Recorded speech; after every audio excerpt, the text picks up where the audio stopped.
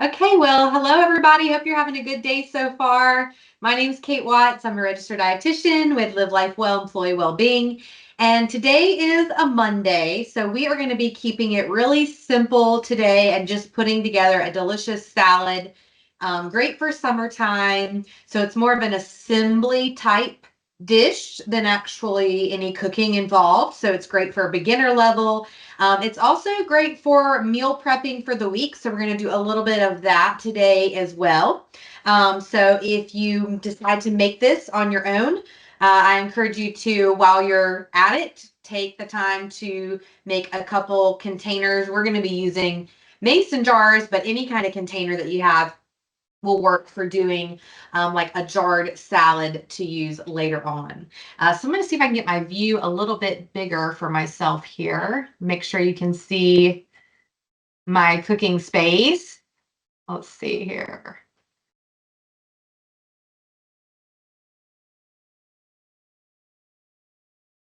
All righty, so we're going to go ahead and get started. So we're going to be making apple pecan tuna salad today. And actually what we're going to be making is a tuna salad and then putting it on top of a green leaf lettuce salad with apples and pecans. So you can really customize it to your likes and dislikes with including and substituting or omitting different ingredients, even if they're a little different from the recipe. So that's also a great skill to have in the kitchen, is looking at a recipe and then learning how to easily and quickly substitute out items for things you have in your kitchen you need to get used up.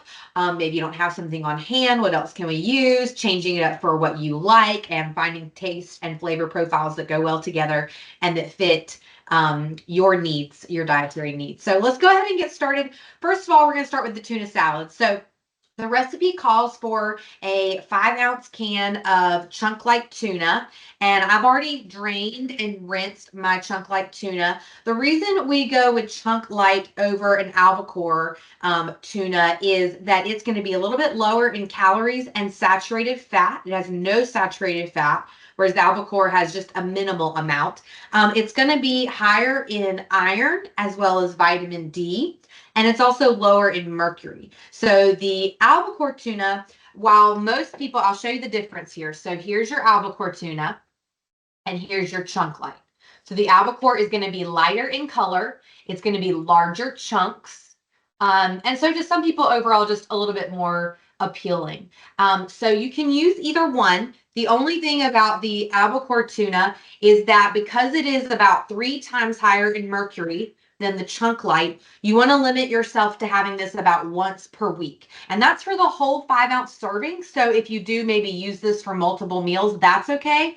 But this serving you want to have limited to about once a week. Whereas your chunk like tuna, you can have this serving 2 to 3 times per week. So we don't have to worry so much about limiting our tuna intake of the chunk like for mercury.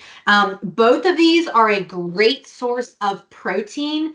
Your chunk like tuna offers 20 grams of protein for that little 5-ounce can, and your albacore 29 grams of protein. So really great way to vary up your protein, include some seafood, and it's got lots of great nutrients, including the iron and vitamin D that I talked about. So that's going to be the base of our dish. So I'm going to grab our chunk like. Whichever version you're using, I definitely encourage you to purchase it in water and not in oil. That's just going to limit that fat and calories. So in water, we're going to drain it so that it's nice and dry. And now we're going to just simply make our tuna salad. I'm using a pretty standard recipe. I didn't substitute out the mayonnaise or anything like that, but you certainly can for a healthier ingredient. We're going to do 2 tablespoons of mayonnaise. So it's not too much. So 2 tablespoons of mayonnaise, and then we're going to add in about a teaspoon of relish, or just, however much you like. So a little bit of sweet relish for some crunch. If you're not really big on fish, I also recommend using some lemon juice. It kind of helps cut that fishy flavor. So I don't have any lemon today, but that would be a good thing to add to your tuna salad as well. Instead of salt, we're going to be actually using Worcestershire salt, however you pronounce that. I'm going to do just 1/4 of a teaspoon. And this is going to give it a little, I like this combination with fish for some reason. I like to use this instead of salt, but it's got plenty of sodium in there. So we're going to omit the salt otherwise. And then we're going to do some pepper. So some black ground pepper. You can do as much or as little as you prefer. I like a good amount of black pepper. I think the recipe on there, oh, I think I'm about out of here. Here we go. There it is. Just going to sprinkle some of that on. So the recipe actually has for your black pepper, 1/2 teaspoon of ground black pepper. And so you're doing like double as much of as the Worcestershire sauce. 2 teaspoons of the pickled relish, 2 tablespoons of the mayonnaise. And so now we're just going to mix up our tuna salad. Mash it together there.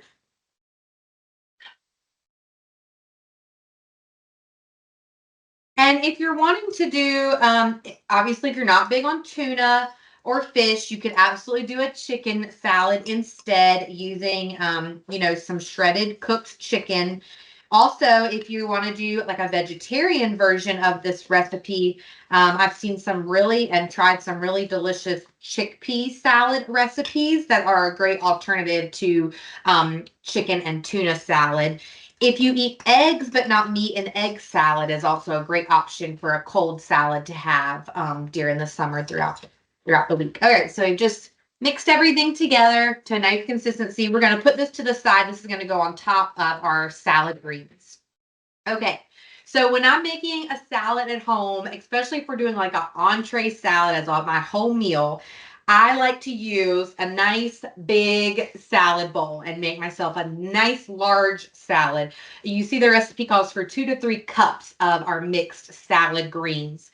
So, any kind of large bowl is great. I purchased specifically for my salads a couple of wooden bowls. I just really love eating my salad out of a wooden bowl, and these 2 bowls are only for my salads. So I pretty much guarantee to have a clean one, and this is just how I enjoy eating a nice big entree salad. So it's helped me want to eat salads more often, something as simple as a special bowl for these kind of meals. So we're going to start with a nice large bowl for our salad, and then we're going to add 2 to 3 cups of any kind of salad greens you prefer, trying to get in some dark leafy greens. So I'm using a spring mix, which also has some baby spinach. And I typically buy these nice large containers just so it really encourages me to eat some large salads throughout the week.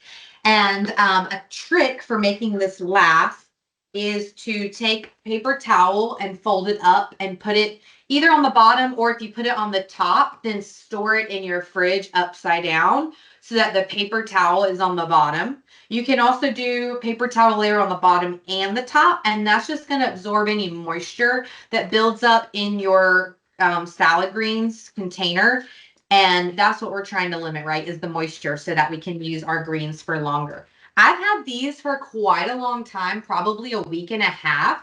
And they still look nice and fresh and crunchy to me. So we're going to use up the rest of these, and then I'll get into my new container. Sorry, I meant to use my tongs. Obviously, I'm working in my own home kitchen, so I tend to use my hands, but for our virtual cooking class, try to be a little more professional.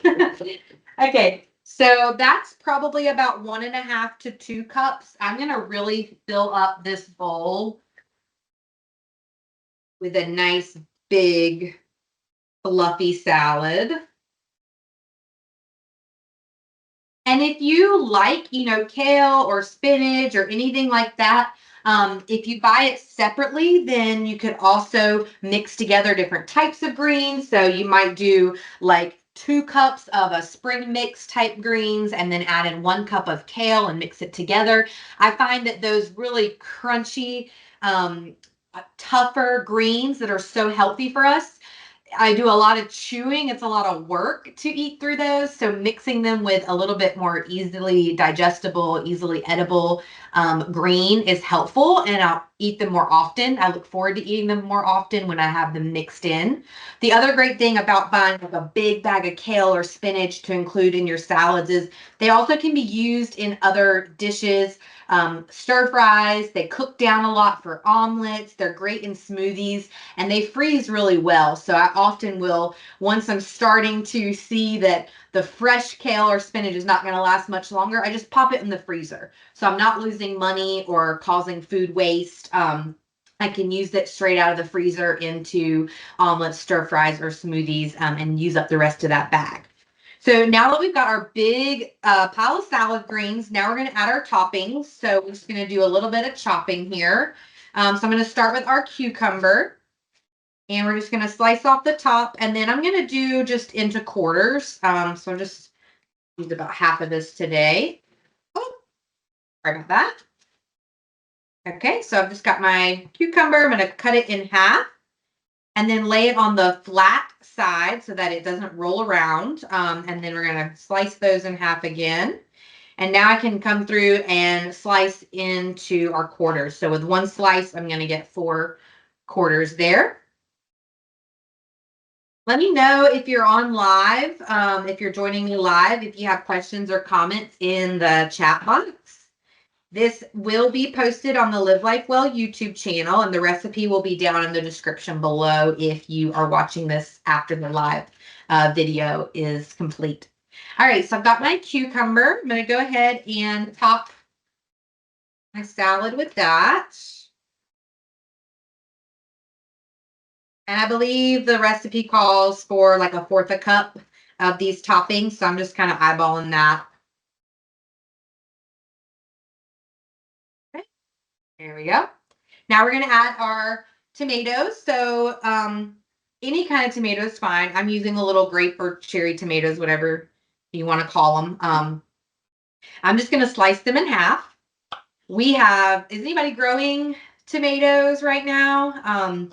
My husband has been growing some grape tomatoes out on our deck, and they were doing really well. And every time I'd make a salad, I'd go out there, grab a little handful, come and rinse them off, and just felt like I was living my best dietitian life. But we were gone on vacation for a week to the beach, and we're having to resuscitate them now. They are not doing so well. We were not responsible plant parents and did not ensure a way for them to be watered while we were gone. So hopefully those will bounce back. We'll get to enjoy them another month. So some nice, bright, fresh tomatoes on there. The recipe also calls for red onion. I actually don't have a red onion today. That was oversight, but I really think that that's a great addition to this recipe. It goes really well with the tuna salad. It's another strong flavor to kind of balance the strong fishy flavor of tuna. So now for the stars of the show, we're going to chop up our gala apple. And any kind of apple, obviously, is fine. But I really am partial to a nice, crispy, sweet gala apple. I love Fuji apples as well. A honeycrisp apple would be fantastic in this recipe. But my favorite is like a gala. So that's what I'm going to go with here. So we're going to just dice this. I'm going to leave the skin on. That's totally up to you if you would like to skin your apple before chopping it up for this recipe. The skin is going to add not only color and interest and texture, but again, I'm laying my slices flat and then going in and cubing them. But it's also going to be where all of our fiber is located for the apple. So fiber is super healthy for us in all different kinds of ways. Our gut health, our blood sugar management, our weight management, our blood pressure. So a lot of Americans don't get enough fiber, and it's only in plant food. So fruits, vegetables, whole grains, nuts and seeds, beans and legumes. And fiber is the bulk of the plant food. So it's in the peels, it's in the rinds, it's in the pulp. And so anytime you can eat the peels or the rinds, if it's edible, you're going to be getting lots of extra fiber. So we want to wash, obviously, our produce really well if we're going to be consuming the outside of it. So I've washed my apples really well, and that way I can eat the peel. All right, so now we're just going to add our other toppings, which we have pecans, chopped pecans, any kind of nuts are fine. This is going to add extra protein, extra fiber, a delicious crunch. So these are just plain old chopped pecans that I found in the baking aisle is typically where you would see them. Of course, you can also in North Carolina get whole pecans and chop them up yourself, but I just bought the easy, ready to go chopped pecans. I'm also really been loving pepita seeds. So these are roasted pepita seeds. These are from Aldi, but you can find them a lot of grocery stores. Again, just a nice extra crunch and good savory flavor. And then the last thing is I'm going to add another sweet fruit. I'm going to do a dried fruit since our fresh fruit is our apples. You can do dried cherries like I'm doing, or some dried cranberries work really well with the tuna as well. You do not need a large portion of these, so just a little sprinkle. Again, anytime I'm making a big entree salad, I want for every bite to be a little different. So I think different textures, different colors, and of course, you could even play with like warm and cold elements. If you were to top it with, say, some warm roasted sweet potatoes or warm roasted Brussels sprout halves, you can really get creative with that dimension of your salad as well. Okay, so now we're just going to top it with our tuna salad and our dressing of choice. I think that a balsamic works well with a tuna salad. Light Italian's a great choice. Putting together your own citrus dressing with some lemon juice or lime juice would be great to go with the fish as well. And I'm actually just going to use a simple balsamic glaze. When this salad gets mixed together, the liquid from the tuna salad coats it. So I find that I don't even necessarily need a salad dressing. So some folks might do a simple drizzle of olive oil and vinegar on a salad like this. I'm going to use a balsamic glaze. It's so yummy. It's got like a velvety texture. It's got such a strong flavor, and it just complements the salad really well.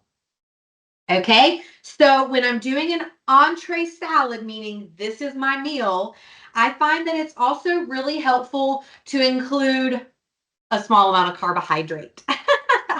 So as a dietitian, we always talk about balance.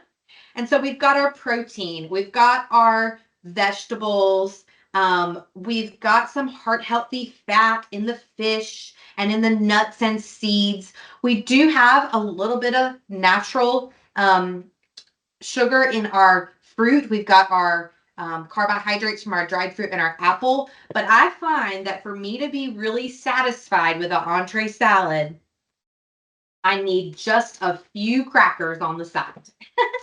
And so I'm going to take about 4 or 5 whole wheat crackers on the side of my salad, and just being able to stop and pause between bites and have a nice little crunch of a different flavor with some of that grain on there. For me, that makes an entree salad as a meal so much more satisfying.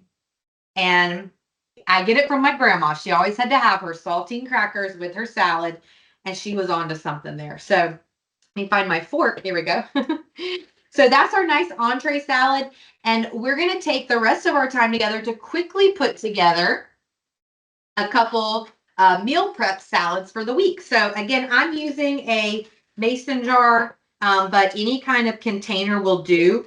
And we're going to basically assemble our salad in reverse order from what we just did. So I'm going to use a balsamic dressing and do 1 to 2 tablespoons of dressing just to coat the bottom of my jar.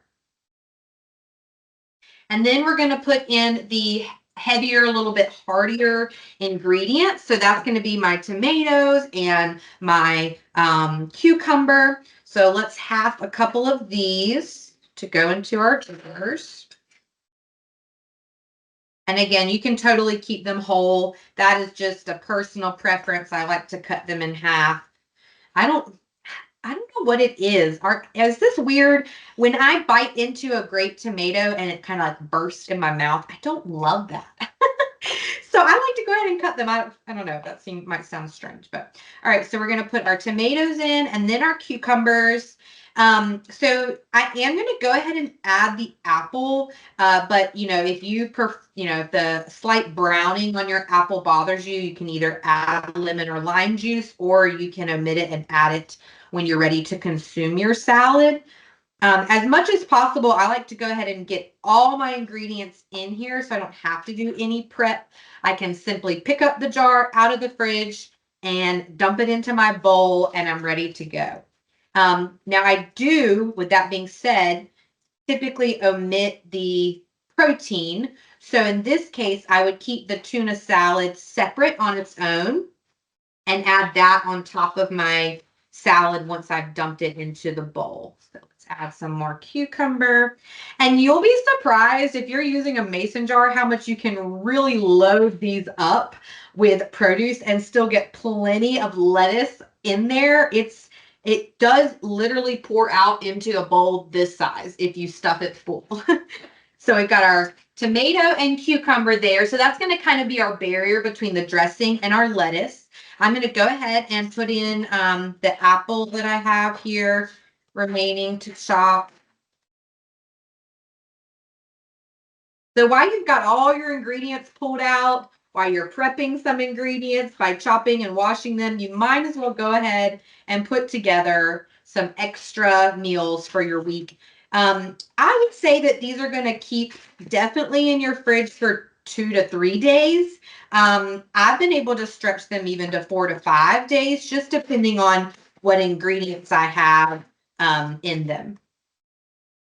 So after I get my apple in, we're going to add our lettuce as the barrier between all of this and our dry toppings. So if you're using things like feta cheese, our nuts and seeds, our dried fruit, those are the things that we're going to want to do on the very top after we've added our lettuce. So there's our apple. And now it looks like we have no room left, but do not be fooled. We are going to stuff that lettuce in. So forgive me, I'm going to use my hands for this part. So you're going to take a nice big handful of your greens and really stuff them down into the jar. And I'm going to do at least 3 handfuls of this.